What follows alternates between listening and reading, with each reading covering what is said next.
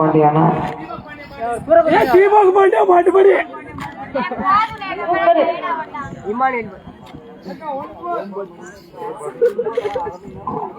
ஆமா 5 நிமிஷம் கழிச்சு கேப் விட்டு அடிச்சிருவோம். அதுக்கு முன்னாடி போட வேண்டாமா? அண்ணாவி அவர்கள் அருமை அண்ணன் வீரநல்லூரை சேர்ந்த மாரியப்பன் அண்ணாவி அவர்கள் வருங்க.